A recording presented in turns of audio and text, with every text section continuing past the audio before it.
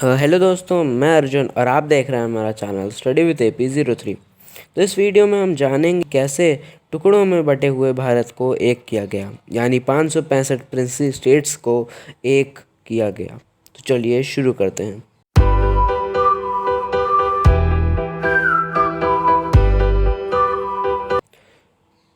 तो British India में 565 princely states थे।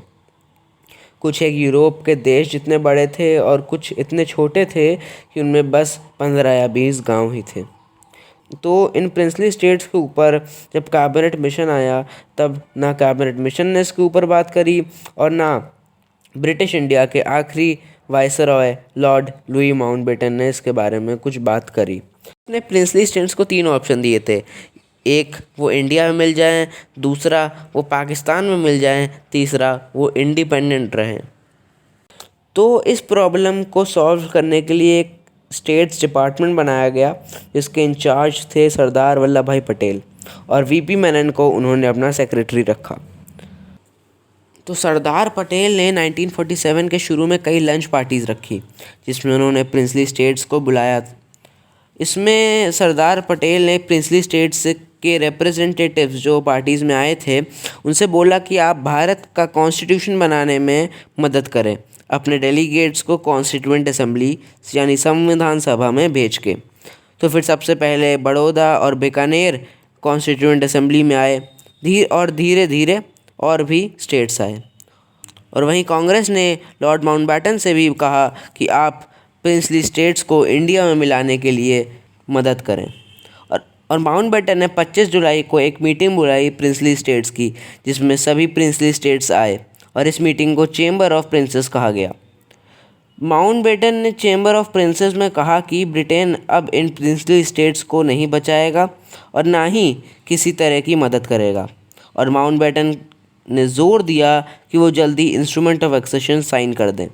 अगर वो 15 अगस्त से पहले इंस्ट्रूमेंट ऑफ एक्सेशन साइन करते हैं तो उनकी कांग्रेस के साथ अच्छी बातचीत हो सकती है।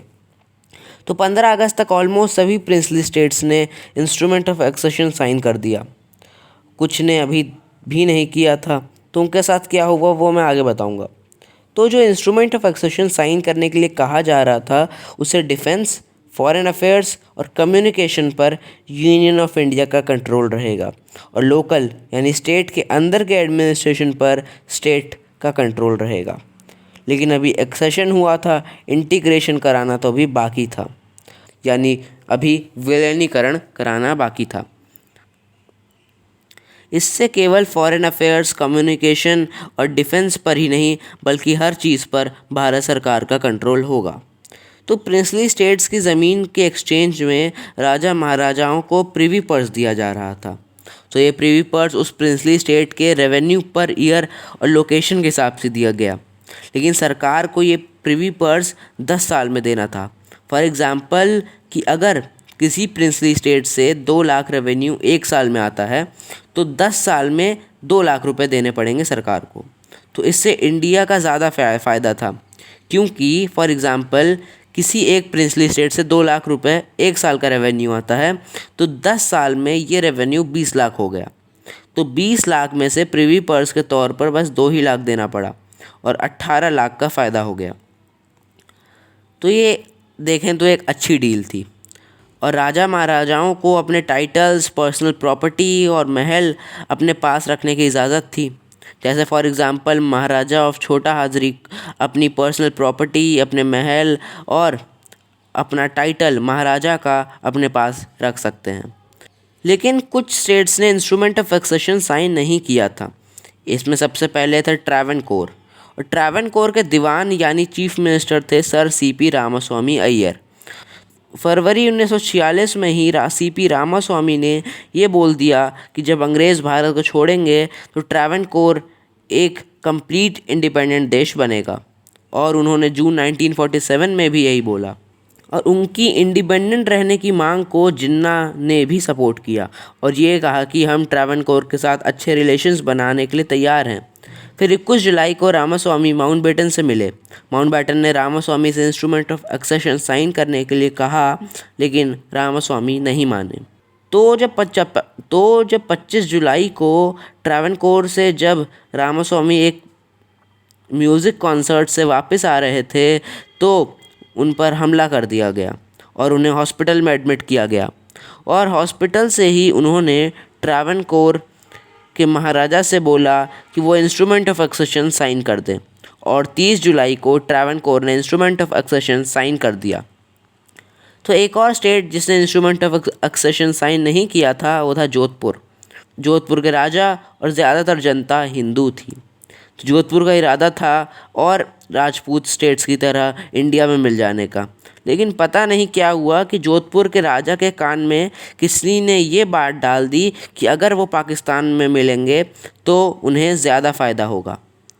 तो ये देखते हुए जिन्ना और जोधपुर के राजा के बीच में एक मीटिंग हुई, जिसमें जिन्ना ने जोधपुर के राजा को एक खाली पेपर, एक प्लेन पेपर पर साइन करके दे दिया और कहा कि आपकी जो शर्तें हों वो आप इस पे लिख दीजिए। और अगर जोधपुर पाकिस्तान में मिल जाता तो रास्ता खुल जाता कि जयपुर और उदयपुर भी ऐसा करते। लेकिन वहीं सरदार पटेल को इस बात का पता चला तो उन्होंने भी सारी जान लगा दी जोधपुर के राजा को इंडिया में मिलाने की। तो वहीं जोधपुर से जुड़े हुए स्टेट जैसलमेर के राजा ने जोधपुर के राजा से कहा कि अगर जोधपुर पाकिस्तान को ज्वाइन कर लेता है और अगर कोई हिंदू मुस्लिम के बीच में कोई दंगा हो जाता है तो तब वो क्या करेंगे। तो यहाँ से जोधपुर के राजा का मन बदल जाता है और उन्होंने इंस्ट्रूमेंट ऑफ एक्सेशन साइन कर दिया और जोधपुर इंडिया का पार्ट बन गया। तो एक और स्टेट जिसने इंस्ट्रूमेंट ऑफ एक्सेशन साइन नहीं किया था वो था जूनागढ़। और जूनागढ़ का नवाब यानी राजा मुस्लिम था और ज़्यादातर जनता हिंदू थी। तो नवाब था मोहम्मद खान और दीवान यानी चीफ मिनिस्टर थे शाह नवाज़ भुट्टो, जो मुस्लिम लीग के जाने माने नेता थे। जो शाह नवाज़ भुट्टो ने मोहम्मद खान से कहा कि वो यूनियन ऑफ इंडिया से दूर रहें, और फिर 14 अगस्त को जूनागढ़ ने ये अनाउंस कर दिया कि वो पाकिस्तान में मिल जाएगा। वो ऐसा कर सकते थे, लेकिन ज्योग्राफी के हिसाब से देखें तो ये कोई सेंस नहीं बना रहा था और ये जिन्ना के टू नेशन थ्योरी के भी खिलाफ था, क्योंकि 82% पॉपुलेशन जूनागढ़ की हिंदू थी।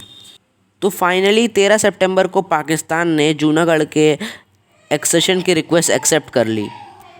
तो इससे इंडियन लीडर्स बिल्कुल खुश नहीं थे। सबसे ज़्यादा नाराज़ थे सरदार पटेल।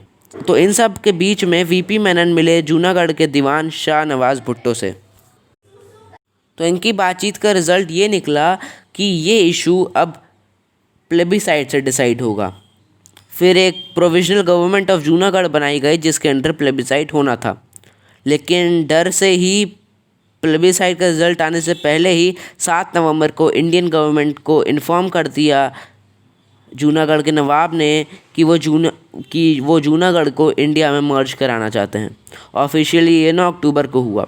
फिर जब प्लेबिसाइट का रिज़ल्ट आया तो 91% लोगों ने इंडिया में मर्ज होने के लिए वोट किया। तो मतलब अगर नवाब पहले इंस्ट्रूमेंट ऑफ एक्सेशन साइन ना भी करते तब भी प्लेबिसाइट का रिज़ल्ट आने पर जूनागढ़ इंडिया का ही पार्ट होता। तो जब ब्रिटिश भारत को छोड़ रहे थे तब इंडिया के 562 प्रिंसली स्टेट्स इंडिया में आ गए थे, लेकिन 3 प्रिंसली स्टेट हैदराबाद, जूनागढ़ और कश्मीर इंडिपेंडेंट रहना चाहते थे। जूनागढ़ के बारे में मैंने अभी बता दिया और कश्मीर पे मैंने पहले ही वीडियो बना दिया था। तो हैदराबाद इम्पॉर्टेंट इसलिए था क्योंकि देश में सबसे ज़्यादा प्रोडक्शन हैदराबाद में ही होती थी और हैदराबाद का एरिया इंग्लैंड और स्कॉटलैंड के टोटल एरिया से भी ज़्यादा था। तो जो हैदराबाद के निज़ाम यानी जो रूलर थे मीर उस्मान अली, हैदराबाद को एक स्वतंत्र देश बनाना चाहते थे। हैदराबाद के निज़ाम और आर्मी और सिविल सर्विस में ऊंची पोस्ट पर मुस्लिम्स थे, लेकिन 85% पॉपुलेशन हैदराबाद की हिंदू थी। और निज़ाम ने 15 अगस्त 1947 को ये अनाउंस कर दिया कि हैदराबाद एक स्वतंत्र देश है, और इससे पटेल चौंक गए और उन्होंने कहा कि हैदराबाद भारत के पेट में कैंसर है और इससे सर्जरी से ही ठीक करना होगा। और वहीं हैदराबाद के निज़ाम पाकिस्तान से हथियार खरीदने लगे, लेकिन अब इंडिया और हैदराबाद के बीच बातचीत बिल्कुल बंद हो गई थी। अब इंडिया के पास कोई ऑप्शन नहीं था, तो इसलिए इंडिया ने हैदराबाद पे हमला करने का फ़ैसला किया और 13 सितंबर 1948 को इंडियन आर्मी ने हैदराबाद पर हमला कर दिया और आर्मी की इस हमले को ऑपरेशन पोलो के नाम से भी जाना जाता है। और फिर 17 सितंबर 1948 को हैदराबाद ने हार मान ली और इस लड़ाई में हैदराबाद के कुछ 2000 और इंडियन आर्मी के 67 जवान मारे गए और हैदराबाद अब भारत का हिस्सा बन गया। और इसका सबसे ज़्यादा श्रेय सरदार पटेल और वीपी मेनन को जाता है। और 2 साल के अंदर अंदर इन 565 रियासतों को 14 स्टेट्स के अंदर बांट दिए। जैसे अभी 28 हैं वैसे 14। तो इस वीडियो में इतना ही। अगर आपको वीडियो अच्छा लगा हो तो लाइक शेयर कमेंट ज़रूर करिएगा।